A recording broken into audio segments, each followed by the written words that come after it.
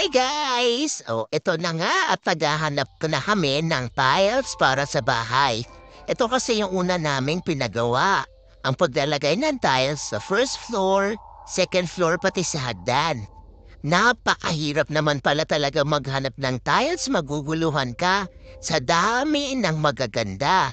May mapipili ka pero pag may nakita ka mas maganda, maguguluhan ka na. Dito kami nakakabili sa may Centennial Road, Cavite, sa Arkin Ceramic Tiles Center. Maraming mura dito, pero syempre depende sa laki ng tiles. Kaya kailangan lang na mamili ka ng mabuti. Kagaya namin, ang pinili kasi namin, yung magmumukhang malaki yung bahay. Kasi hindi naman siya ganun kalakihan.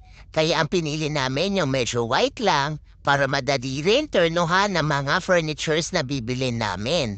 Kung gusto niyong malaman kung magkano yung tiles na nabili namin, comment lang kayo sa comment section. Bye-bye!